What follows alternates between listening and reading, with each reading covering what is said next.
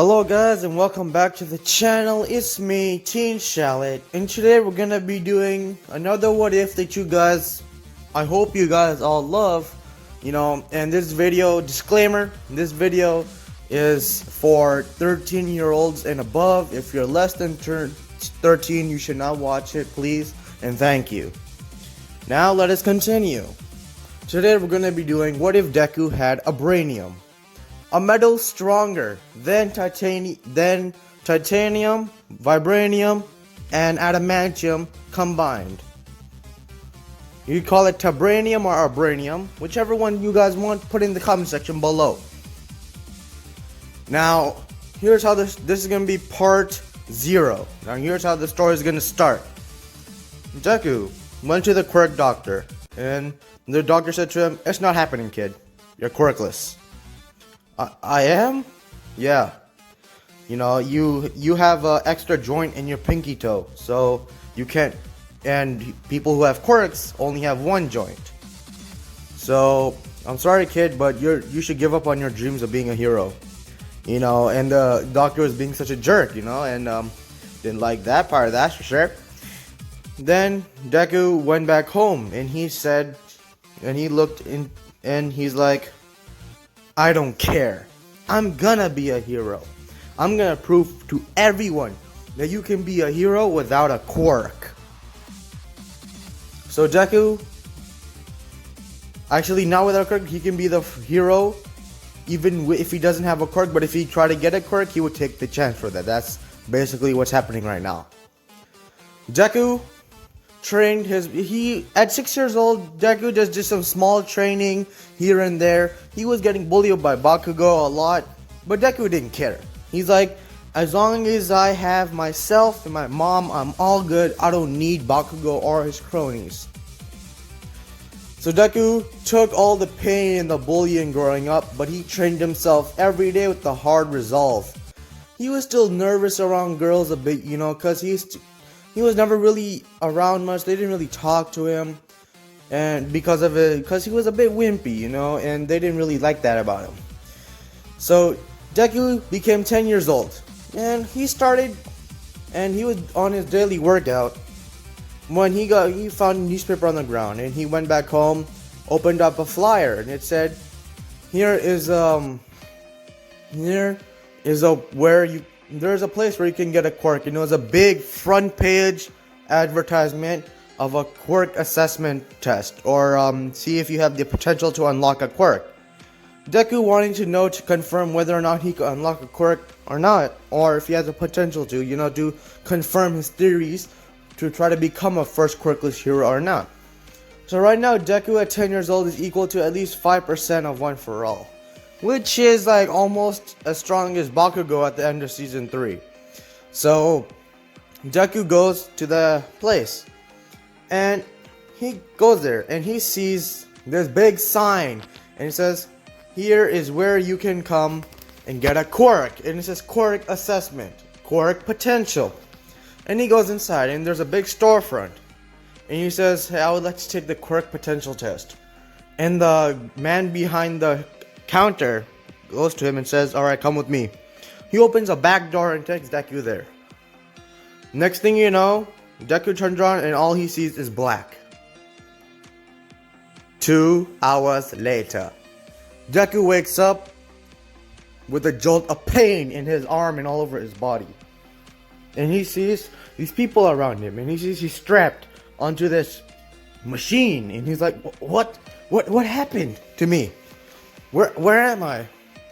And then someone comes from the shadows and says, "We're from a Yakuza. Don't mistake us from the Yakuza that's dealing with those anti-quirk drugs, or giving quirk back drugs. We're from a different Yakuza. We're testing out to see if we can give people quirks without the help of All For One. Now, you are our test subject. We're gonna test on you. Are dumb enough to go and see if you had a quirk or not? You already have a good build. Looks like you've been training yourself. Well, you're the perfect test subject then, because we needed someone healthy. And last time we tried this, they died. So please don't die." And Deku was feeling a amount of fear in a lot of big amount of fear, and keeps asking God to protect him. And then, because Deku and this is kind of religious guys, and I just want him to be religious. Religious people are nice and sometimes too overly religious, but he'll be that kind of middle ground. He's like, thank God, please help me. And then they hear this and they're like, oh, God ain't where we are right now. God can't see you. And then they're like, prepare the test. And he's like, what test? Like we said, test people who have quirks, but don't die. So they get a gun. And he said, this is loaded with some special, you could say, quirk bullet. It has the power to give someone a quirk.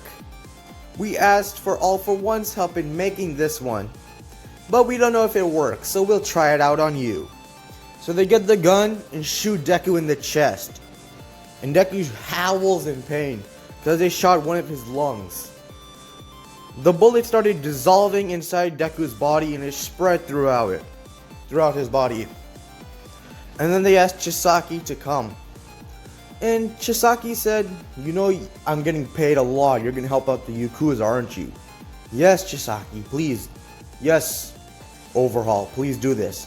So Overhaul went and he started breaking apart Deku and reassembling him, breaking him apart and reassembling him to the point where the quirk was properly assimilated into his body. And then Deku's injuries started healing and they started closing up. They stabbed Deku 15 times and he healed all of them, but he still felt the pain because there was no pain nullifier. Next thing they started testing on him. They got these syringes, they pressed them on his arms, then they got drills, they started drilling into his body, then they started releasing a liquid into his body that started covering his skeleton. And they started testing. Then after 15 minutes of pure pain, agony, painkillers, and so much regeneration that Deku almost died of stamina loss, it ended. And Deku said, it's finally over. They were like, you thought this was over? No, put him on ice. So they knocked Deku out and they put a drug in him and made him sleep. Next thing you know, he was waking up in front of a target area. And then Deku said, what's this? And we're gonna see if it works. We're gonna see if bullets hurt you or weapons hurt you or not. And we're gonna take samples. We're gonna dematerialize you. We're gonna make it look like you were never even born here. Be prepared, kid. You ain't gonna come out of this alive or in one piece. You come out of here in 7, maybe 20, or maybe we just destroy you and burn you to the ground.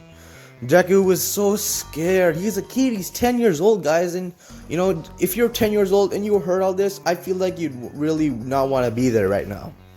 So they started doing it. They got a machine gun, started shooting him, started hitting everything apart from him. And they kept shooting him, ran out of bullets. And then Deku healed himself and the bullets popped out. And then they're like, stab his chest area. So they stabbed it and then the knife broke midway. And they're like, what happened? And then they saw, so the alloy has actually worked. And Deku's like, what alloy? You idiots, you bastards, I hate you. I'm gonna kill you when I get out of this. You kill us. Last time I checked, you were in that chair.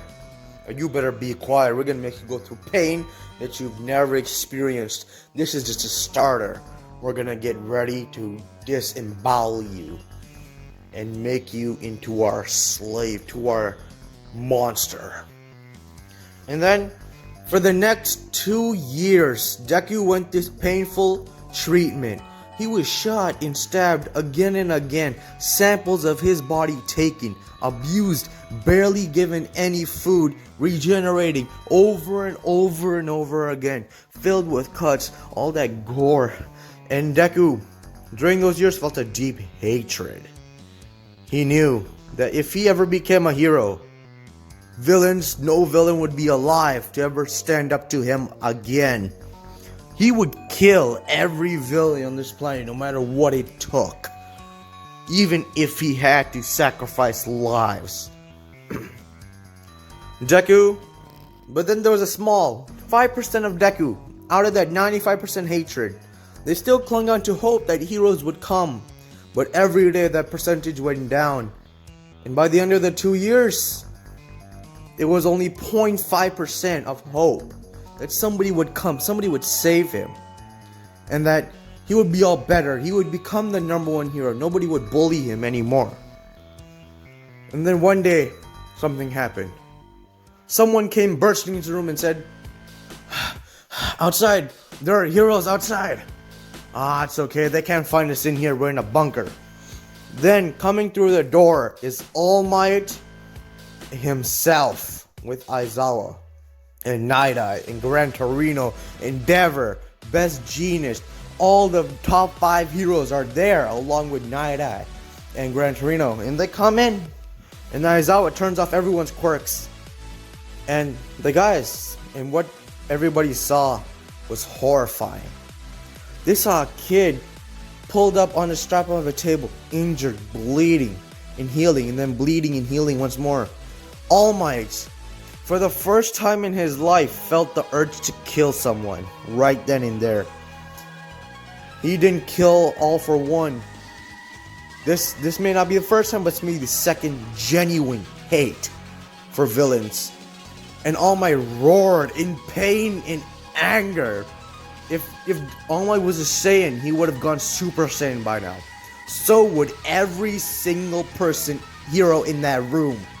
And they went wild on the Yakuza gang. Every single person was either bloodied, broken, butchered, or dead. Every single Yakuza man. And they went to see Deku. And they went, Kid, you okay?" And then the 0.5 of Deku came out and said, "All Might." And then he collapsed and went unconscious. All Might once more roared in anger. And it took everything, it took every hero to calm him down from going right then and there and killing every single villain in that room. They took Deku, they arrested all the villains, they didn't even put him in the hospital, they put him in the prison right away. They didn't deserve the hospital. And then they took him back to UA. And Nezu saw him. And Nezu knew the feeling of how it felt to be tested on every single day. To be hurt every single day, because he was an animal that was tested on to have a quirk. So he sympathized with Deku. And he knew what he had to do right then and there. And he set up a meeting with every single hero and teacher that was there. Even the teachers in UA. He rounded them all up and did a meeting. And he said, "Someone's gonna have to take care of this kid." And they all knew that, well, what about his mom? We found out later that after he was kidnapped, it seems that his mom became very depressed. And one day she ended it all. She got the knife. And you all know what the rest I'm about to say is. And now everybody looked down because they did not know what to do. And then they went and All Might piped up the idea. He's like, "Why don't we all take care of him?" And then every hero, except for Endeavor and a few others, agreed at that moment that every week they would take care of Deku.